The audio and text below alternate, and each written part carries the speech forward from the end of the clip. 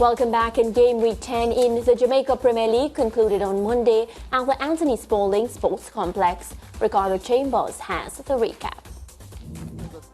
Another Monday doubleheader at the Anthony Spalding Sports Complex, and both games had implications at the top and the foot of the table. The first match saw second place Mount Pleasant trying to regain top spot as they took on 13th placed Vere United. Vere attempted to use all their defensive quality to frustrate Mount Pleasant, and it worked, limiting them to only this Devontae Campbell chance in the first half. In the second half, it was more of the same, chances few and far between. But Golden Boot leader Trevante Stewart tried his best to break the deadlock. Vere custodian Reggie Williams equal to the effort. Stewart kept toiling away and probably should have done better with this header. And this time, this jump there, I believe that he made connection with the ball while he was on his way down. He would have one more chance after he expertly rolled Vere captain Fitzroy Cummings, but Reggie Williams pulled off a clutch save to keep the scores level. And that's how the game would end. No goals and a share of the points. Good result for Vere, but 2 points dropped for Mount Pleasant in their pursuit of top spot. Now, the turn of Waterhouse and Tivoli, with both teams seeking to continue their push towards the top 6. It was the men in orange that started the brighter of the two, with Anthony Nelson turning smartly and forcing a good low save by Kemar Foster. Tivoli continued to pile on the pressure as Nelson tried to turn provider, but Janelle Ray couldn't apply the finishing touch. Waterhouse grew into the game, and despite some good play, Deborah Gray couldn't quite connect with Shaquille Bradford with this cross. Gray then got his head to a Denardo Thomas corner, but Nathaniel Francis in the Tivoli goal pulled off a good save. Early in the second half, and Waterhouse continued to push forward the opener. Some excellent football leading to a chance for captain Ramon Howell. Surely, and Ramon Howell puts it over the top. The game seemed destined to finish 0-0, but ingenuity from a teed-up Keena Simpson, who after some sharp work finished calmly to score his second of the season and ultimately the winner for Tivoli. Now that is the quality we've been waiting on. Game week 10 complete, and in addition to that Tivoli 1-0 win and Mount Pleasant and Vere's 0-0 draw, Dunbeholden beat Arnett Gardens 4-2 in a goal fest. Malines held Harbourview to a goalless draw. Montego Bay United edged Falkland 1-0. Cavalier handed Portmore their first defeat after a 2-1 win, and Humber Lion beat Chapperton 3-0 in what proved to be Lenny Hyde's last game in charge. The league has a new leader as Cavalier now hold top spot. Humberline climbed to 4th. Tivoli moved 3 points clear of Vere, who despite a draw against Mount Pleasant still sit in 13th place. Analyst Leger Williams joins us in studio. Good afternoon. Hi. All right, so we start by talking about, of course, the new league leaders, Cavalier. They've moved themselves to the top. A well-deserved win for them, and of course, now they sit at the top. Yeah, I mean, Cavalier have been in really good form. They've been playing really well. They've been staggering through a couple of results. You know, they're not a team that I don't think they're playing their best football as yet. So I think they're working towards it, but they have a real bagsman up front in Colin Anderson. So he's been providing, he's been scoring the goals. And when you have a bagsman in this league, as George would know, and I'm sure you would know as well, you're going to get results. Yeah, and you know, speaking about the top of the table, it's a bit unfortunate that Mount Pleasant were frustrated by Vere United, and they had the opportunity to actually take that top spot. They were, of course, limited. Yeah, they were extremely limited. I think that's mostly of their own doing, though. I think they tried to put out a more attacking lineup. They played Ricardo Morris a bit deeper. Phillips, they played in the midfield as well, but I think they got the makeup of that midfield wrong.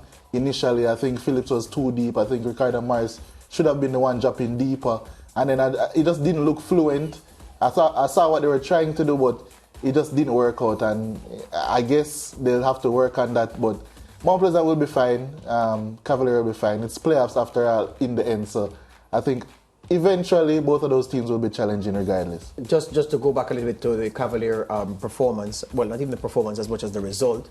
You spoke of Colin Anderson, a player who I'm immensely proud to see his development. How has the penny dropped for him to transform a player who was only a very strong runner, physically unmatchable or physically unmatched in the Premier League in terms of what his physical attributes were, could run fast for all day, never was a goal scorer, And you could see, even in how he approached kicking some balls, taking some shots, that he wasn't kicking the ball with the right technique. But that was last season. And so soon after last season and the glaring inadequacies or immaturities in his game, we're seeing now a man who can't stop scoring. How has the penny dropped for him, you'd say? I think it's just good coaching. I think in football, especially modern football, a very important thing is profiling a player. So when you profile a player now, you don't try and, just because you want to play a certain way, you try and dovetail them or should I say, put them in a situation where it's just not going to suit them. Cavalier usually play or aim to play more of a tiki-taka style. This season, you've seen them switch it up. They've been trying to utilize Dwayne Atkinson Busy in more of a just getting him in the channels, hit those channels, and that was the second goal that came up a while ago. Just hitting the channels, get the ball to Calanis in the box. So if you look at almost all of the goals that he scored, it's been in and around the 6-yard box. So it's not that his shooting technique has drastically improved. You're just putting him in more simple situations, because at the end of the day, when he's getting through, no centre-back is stopping him. Mm-hmm. So he just has to be in the right place at the right time. So that's what they're doing, and it's working really well. Yeah, it's a tremendous project that the technical director, Rudolph Speed, and his support staff have taken on at Cavalier, and Colin Anderson is a successful part of that project up to this point.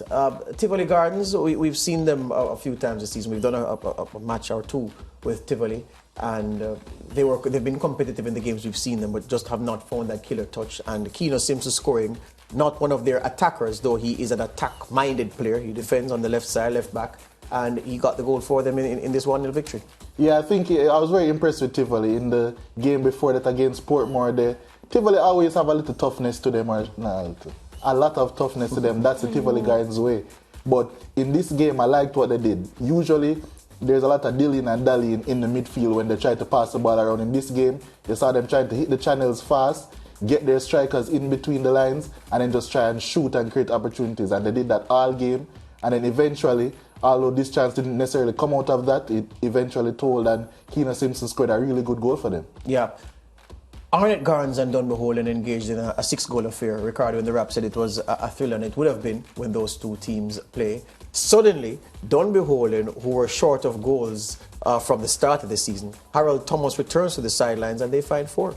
Yeah, I mean, that's just football for you, because that's just especially JPL football, because look at Waterhouse last week, looking like putting on one of the best performances we've seen all season. Oh, I'd say the performance of the season. Exactly, and then they go to Tivoli, they play against Tivoli, and it's nothing like that. So I think it's just really getting the right time, the right day, and you'll perform. And then Arnett are a team that have shown that they can be inconsistent, and they have been inconsistent this season. Yeah. So it was just right place, right time for them. All right, and of course we have the two teams at the bottom of the table, Vere and Falkland. You think they're going to survive? Falkland are definitely not surviving, but Vere, I think they have a chance because they have a very good defense, they have a very good coach, they have a Premier League winning coach in Linval, Rudy Dixon, they have more pedigree in their coaching staff with Paul Young. So Vere, I think they have 7 draws out of 10 games.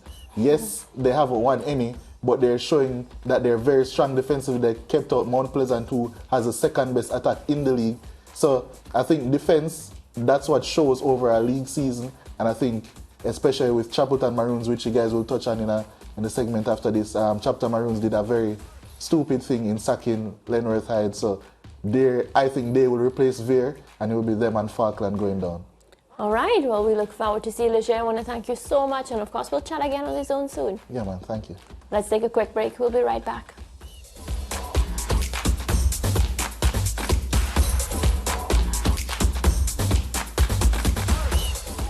Stay with SportsMax on YouTube and follow us on all social pages for updates, news and entertainment.